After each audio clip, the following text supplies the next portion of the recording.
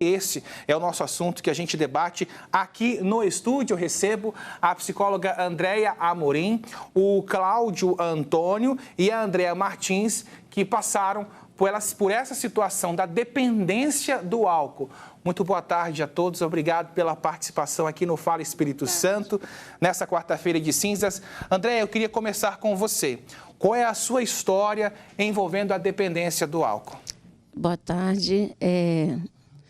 Eu bebi muitos anos, eu comecei nova, né? Vi meu pai beber, vivia em rock, em baladas, e bebi por muito tempo. Eu tenho 4 filhas. Uma delas falou comigo que eu iria perder elas por causa do álcool. Então, isso me doeu muito e fez eu repensar a minha vida sobre o álcool, né? Hoje tem 3 anos e fiz 3 anos em outubro, né? 3 anos e uns mesinhos que eu não bebo mais, graças a Deus. E mudou muito, né, minha vida. Você bebia... Você bebeu por quanto tempo e era todos os dias? De manhã, de tarde, de noite, enquanto tinha. E se falasse para mim parar, vinha briga. É mesmo? Eu bebi por mais de 20 anos. Mais de 20 anos, minha gente.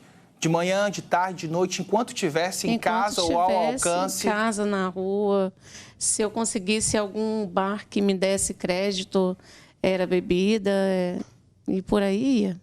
Daqui a pouco, Cláudio, quero que você, Andréia, eu quero que você me conta como você saiu desse buraco. Mas eu queria também ouvir um pouco da história do Cláudio. Qual é a sua relação, ou melhor, era a sua relação com o álcool, Cláudio? Boa tarde, Lucas. O princípio é sempre igual, né? A gente entra com prazer, né? Baladas, na nossa época era happy hour, hoje as pessoas falam que é fazer uma resenha. Só que depois de um tempo, eu tinha muita resistência ao álcool.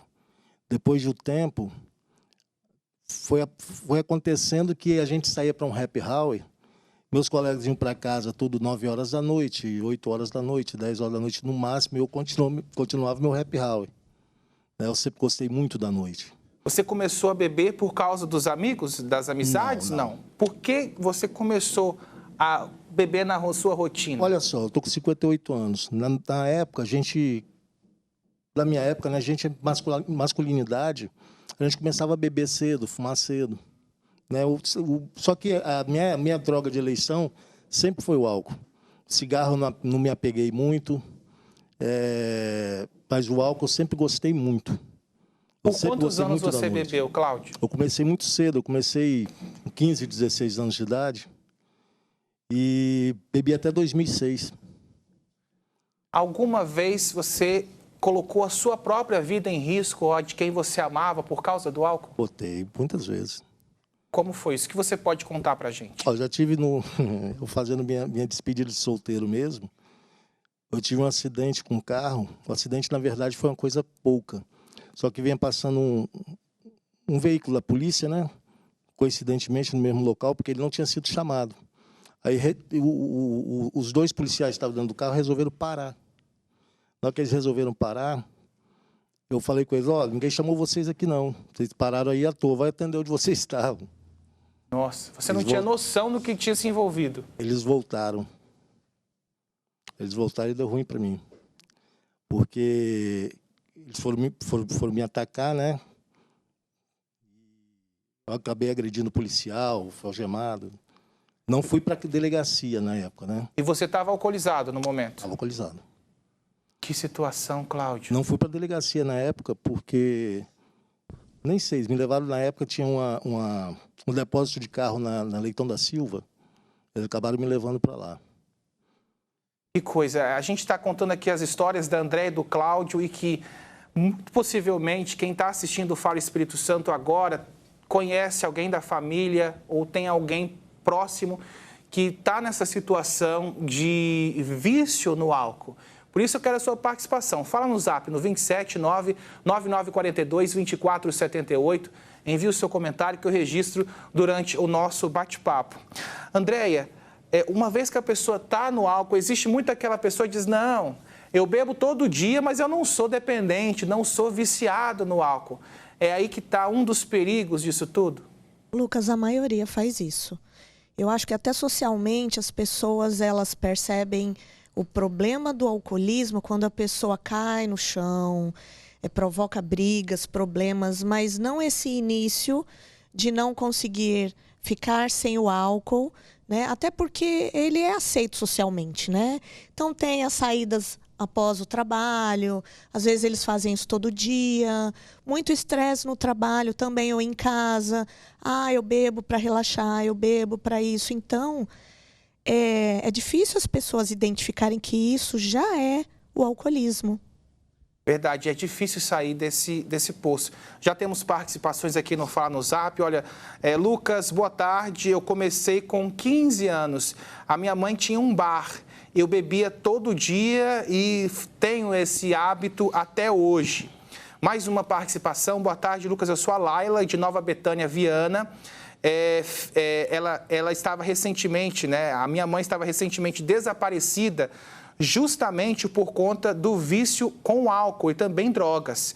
Encontrei depois da reportagem do Cidade Alerta. Olha só, ela se encontrava numa situação triste de rua e hoje, morando comigo, tenho cuidado dela. Ela bebia desde os 8 anos de idade. É desafiador os cuidados com ela, mas por amor faço tudo. Andréia, a gente vê que muitos dos alcoolistas começam bem cedo e, em algumas situações, por influência da própria família. Qual o impacto disso? Normalmente, a gente vê que começa mais na adolescência, né? No caso da mãe da telespectadora, ela começou aos 8 anos. Isso acontece muitas vezes, Lucas, quando é no interior, né? Se normaliza bastante isso. Aqui a gente vê que começa muito na adolescência, por influência dos amigos, às vezes os pais também, né? Aí é um menino, né? Pode beber, o pai começa a dar uma cerveja. Então, assim, quanto mais tempo a pessoa passa bebendo, mais é difícil ela parar depois. Por tudo, pelo vício que o corpo já teve, né? E também pela questão de não associar que a pessoa é viciada, que a pessoa está ali com um problema que precisa ser tratado, ele acha normal, né? E aí, quando a gente vê assim, festas, carnaval, que a gente estamos acabando de sair do carnaval, as pessoas bebem, é muito normal isso no nosso país. Então, é difícil essa associação de alcoolismo com essa bebida social. E é impressionante o impacto que isso causa nas famílias. Temos mais participações. Olha, boa tarde, Lucas. Eu tenho esse problema. O meu pai era alcoolista, minha filha vive triste. Eu me sinto muito mal e bebo há mais de 30 anos. Mais um relato aqui. Lucas, boa tarde. Eu sou de Jacaraípe da Serra. Tem 3 anos que parei de beber. Foi a melhor coisa que me aconteceu. Estava quase perdendo a família, até mesmo a própria vida. Parei por vontade própria e hoje não tenho nenhuma vontade de beber. Ainda bem, mais uma participação. Lucas, comecei a beber aos 16 anos. Primeiro era só no fim de semana. Depois, dos 21 aos 27, passei a beber todos os dias. Tive muitas brigas familiares que me levaram a pedir ajuda. Ele disse que foi ao AA, Alcoólicos Anônimos, que está limpo há 18 anos. É o Marco Antônio, que tem 46 anos e diz que recuperou a dignidade. Tem um recado para a nossa produção, se tiver condição, Dri, da gente pesquisar o telefone dos Alcoólicos Anônimos para divulgar como um serviço, porque tem muita gente pedindo ajuda e esse é um caminho muito interessante. Essas consequências, minha gente, na saúde de quem abusa ou é dependente do álcool vão muito além daquelas doenças mais conhecidas como a cirrose. Deixa eu chamar para a nossa conversa, para enriquecer o debate, o doutor Diogo Barreto. Doutor, boa tarde. Quais os problemas de saúde que podem ser associados ao consumo excessivo de álcool? Boa tarde, Lucas. Tudo bem? Boa tarde a todos. Então, a gente tem uma dificuldade muito grande, né, como já falado, diferenciar o que é o uso ali, teoricamente social, e o uso abusivo. E, na verdade, a gente teve muitos anos falando que, né, tem aquela velha conhecia que uma taça de vinho faria bem para o coração. Na verdade, hoje, a ciência moderna caiu por terra os estudos de benefício do álcool em relação à saúde. A gente não tem nenhum benefício do álcool relacionado à saúde. Pelo contrário, pela procuração, a gente tem o risco, aumento do risco de arritmia, de insuficiência cardíaca, a gente tem, né, para a questão cognitiva, para o cérebro, aumento do risco de demência, aumento de risco de diversos cânceres de pâncreas, de fígado, né, e como doenças aí conhecidas até o excesso. Lembrar que a gente não tem dose segura. E uma outra coisa que se lembrar também, que o álcool, na verdade, ele é metabolizado em cetoaldeído pelo fígado, que é um metabólico, na verdade, tóxico. Então, na verdade, o álcool para o organismo, ele é tóxico, ele faz intoxicação. Existem as pessoas que se predispõem, às vezes, fazer um uso ali recreativo, e a sociedade, né, às vezes banaliza isso, a gente tem voltado o álcool para as festas, né, a gente está em um período de carnaval, então a gente romantiza isso. Foi muito bem falado até no programa, que ele começa a incentivado pela própria família, pelos amigos, pela própria sociedade. A gente não vê, na verdade, a sociedade vê o problema do álcool quando já está acabando com a vida da família, já com esse estado de transtorno mais importante. Mas a gente tem que fazer prevenção antes, né? O ideal é que a gente tire essa romantização que tem sobre o álcool, sobre os bebidas alcoólicas, a gente traga a realidade. Então, o nosso dever aqui é falar que álcool não existe benefício nenhum relacionado à saúde com o uso de álcool. Muito pelo contrário, muitos prejuízos, né, doutora? Eu falei agora no início aqui do nosso debate, o número de mortes que são causadas aqui no Brasil são 100 mil por ano, não só por cirrose, gente, porque bebeu demais, mas tudo que é associado ao álcool, acidentes, outros problemas de saúde e por aí vai, problemas psicológicos, é muita coisa. Doutor, eu já volto a falar com o senhor, porque eu queria saber agora da Andréia, como é que foi, o que aconteceu na sua vida que fez você parar de beber? A minha filha ter falado que elas iriam me abandonar por conta da bebida. E foi no dia 12 de outubro, né? Eu tinha tido uma briga muito feia dentro de casa.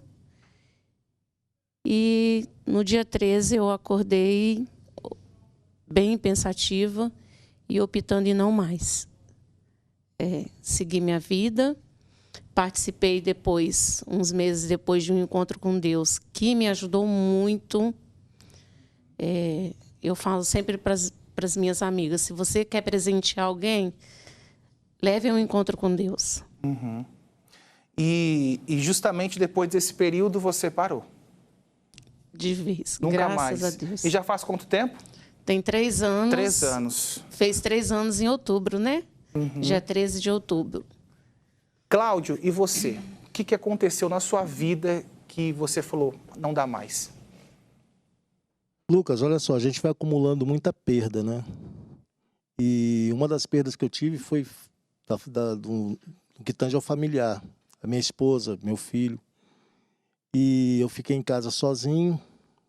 Eu costumo contar isso. Hoje, graças a Deus, eu consigo contar até rindo a respeito, né? Mas na época foi muito triste, porque eu fiquei em casa só com os cachorros.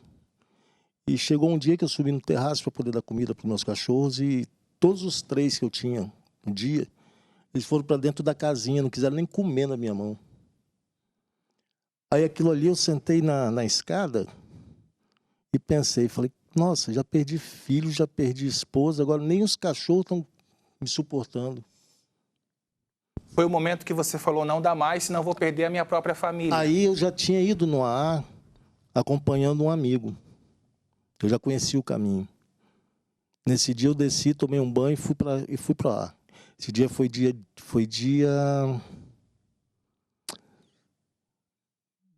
no próprio dia 16, foi no dia que eu resolvi parar. Aí depois eu peguei a ficha lá no dia 22 de agosto de 2005. E aí a sua vida mudou a partir dessa decisão? Olha, foi a porta que Deus abriu para poder eu me cuidar. Foi a porta, não foi porta de igreja. Hoje eu sou um pastor, mas eu acho que o lugar de falar de álcool não é muito a igreja, porque às vezes você é muito discriminado. É lógico que o lado espiritual ele fortalece bastante, você estando congregando com mais pessoas, mas quando você está numa irmandade de 12 passos e que todo mundo está irmão no mesmo problema, isso fortalece bastante.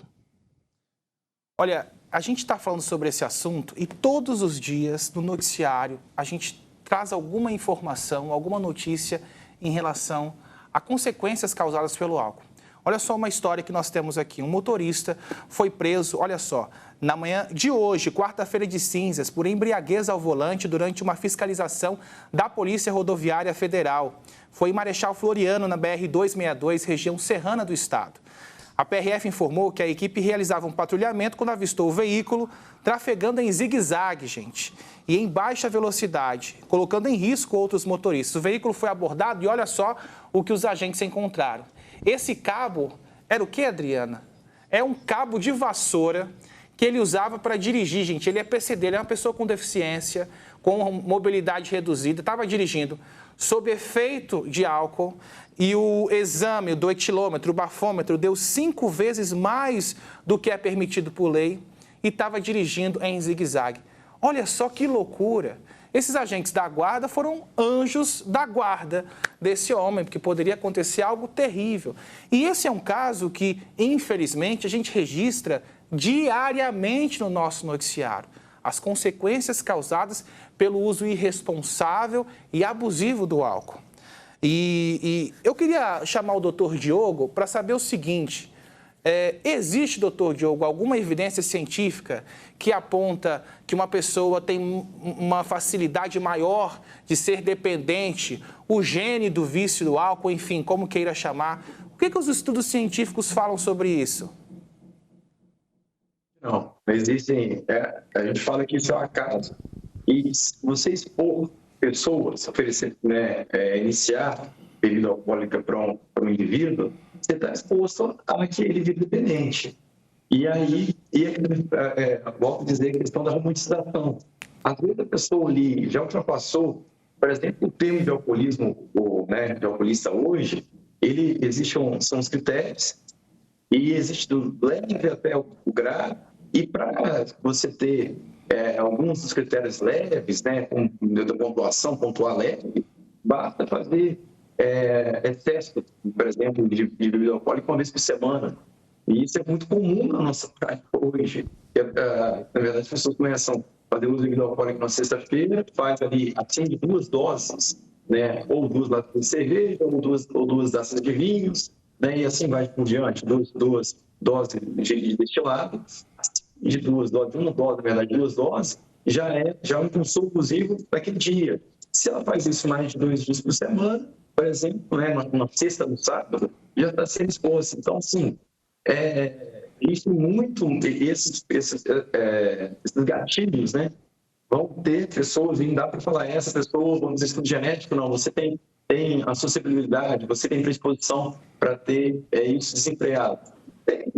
Na verdade, a gente tem aí muitos mais alcoolistas subdiagnosticados, não diagnosticados, do que isso traz prejuízo. A gente falou, não são mensurados, de mortes de maneira direta, por causa de saúde, adoecimento, quando a gente vê cirrose, câncer, insuficiência cardíaca, mas de maneira indireta, com mortes acidentais, violências domésticas, homicídios relacionados ao uso do álcool. E às vezes lembrar que não só o uso abusivo, as pessoas têm aquela questão da romantização. Não, aquele ali tem até preconceito. Aquele ali é o alcoolista pesado. Ali eu não estou naquele ponto, não. Mas fazer uma reflexão que isso é muito, mas muito mais comum do que a gente imagina. Perfeito, doutor. Olha, eu vou ler aqui uma participação que é muito forte, tá, gente? O Felipe Lins mandou uma mensagem para a gente, diz: Lucas, boa tarde, estou tomando a última lata de cerveja dentro de casa. Essa reportagem caiu como um recado de Deus para mim. Eu sinto no meu coração que eu preciso parar e vou conseguir. Esse será o ano da mudança. Eu fiz um acordo com a minha esposa que vamos comemorar 1 ano sem beber no início do ano que vem. É o Felipe Lins, de Cristóvão Colombo, Vila Velha, e diz que pelo filho dele e pela esposa vai parar de beber para ter uma vida muito melhor. Que depoimento forte, Felipe. Estamos na torcida aqui de que você consiga, com certeza vai conseguir. Andréia, é um assunto delicado, um assunto que famílias às vezes têm constrangimento de falar, de se abrir na igreja, de se abrir com o psicólogo, de se abrir com os próprios familiares. Qual que é a mensagem e o recado que você dá para a pessoa, assim como vários telespectadores nossos, que querem sair dessa dependência? Acho que o primeiro é buscar ajuda, sabe? É claro que nem todos têm facilidade de identificar que já estão no alcoolismo, né? Às vezes eu atendo pacientes que falam, eu estou estressado, eu bebo todo dia, mas é só uma latinha. Eu falo, todo dia é complicado, né? Então eu acho que a identificação, a busca de ajuda, né? O Felipe está aqui ao vivo falando, né, de que a reportagem está sendo importante, que essas outras pessoas que estejam nos ouvindo também se identifiquem e busquem ajuda com a família, com os AAs, porque é uma ajuda muito grande esses grupos, né, de 12 passos, com terapeutas, com médicos, mas que busquem.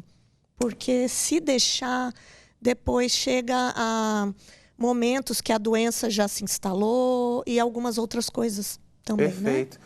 E o site está aí na tela, viu? É aa.org.br. É só pesquisar no seu buscador Alcoólicos Anônimos, que possivelmente vai aparecer os de Vila Velha, de Vitória, as formas de contato. Para você que está assistindo agora e talvez viu que esse é o momento de sair desse vício, por que não? Esse não é o momento. Ô, Cláudio, a Karina te mandou uma mensagem aqui no Fala no Zap. Olha o que ela falou. Eu quero dizer que amo muito o meu marido, são 31 anos de casados e a melhor coisa foi quando ele decidiu parar de beber. Salvou a si mesmo, restaurou a família. Eu quero deixar um recado para a família, é muito importante o apoio e saber que é uma doença. Não é sem vergonha. A rede de apoio é fundamental para a vida do alcoólatra. O que você tem a falar para sua esposa? Olha, a gente está junto há muitos anos, né? Desde o dia 27 de janeiro de 89 que a gente começou a namorar. Casamos em 15 de outubro. Ela, como professora, como uma boa professora, escolheu o dia dos professores para a gente casar, 15 de outubro de 94. Ficamos separados, mas não no papel, não nos separamos, porque eu creio que já tinha um propósito de Deus para a nossa vida, para a gente continuar, né? Hoje a gente está pastoreando junto, a gente tem um filho maravilhoso que nunca nos deu um pingo de trabalho. E ela é uma mulher maravilhosa, amo demais também. É isso aí. Perfeito. Um grande lance, perdão, mas um grande lance, o Lucas, é a gente parar pela gente primeiro. Sim. Tá? Porque quando a gente começa a parar pela gente, a gente alcança muita gente. É isso aí. E a Andréia está emocionada. São relatos tão fortes, né, Andréia? Que te deixam emocionada. Ouvir um Eu Te Amo é muito bom. E eu ouço isso todos os dias das minhas filhas. Mudou a sua vida completamente. Totalmente. 200%. Não vou falar nem 100. 200. A Andréia e o Cláudio estão aqui no nosso estúdio para mostrar que é possível. Então, se você passa por uma situação como essa, corra atrás, peça ajuda sem vergonha mesmo. Restaure sua família e sua vida. Obrigado, viu, Cláudio? Obrigado, a Andréia. Andréia também pela sua participação e o doutor Diogo Barreto também pela internet, que nos deu dicas valiosas. Boa tarde, doutor, e boa tarde a todos aqui no nosso Fala Espírito Santo.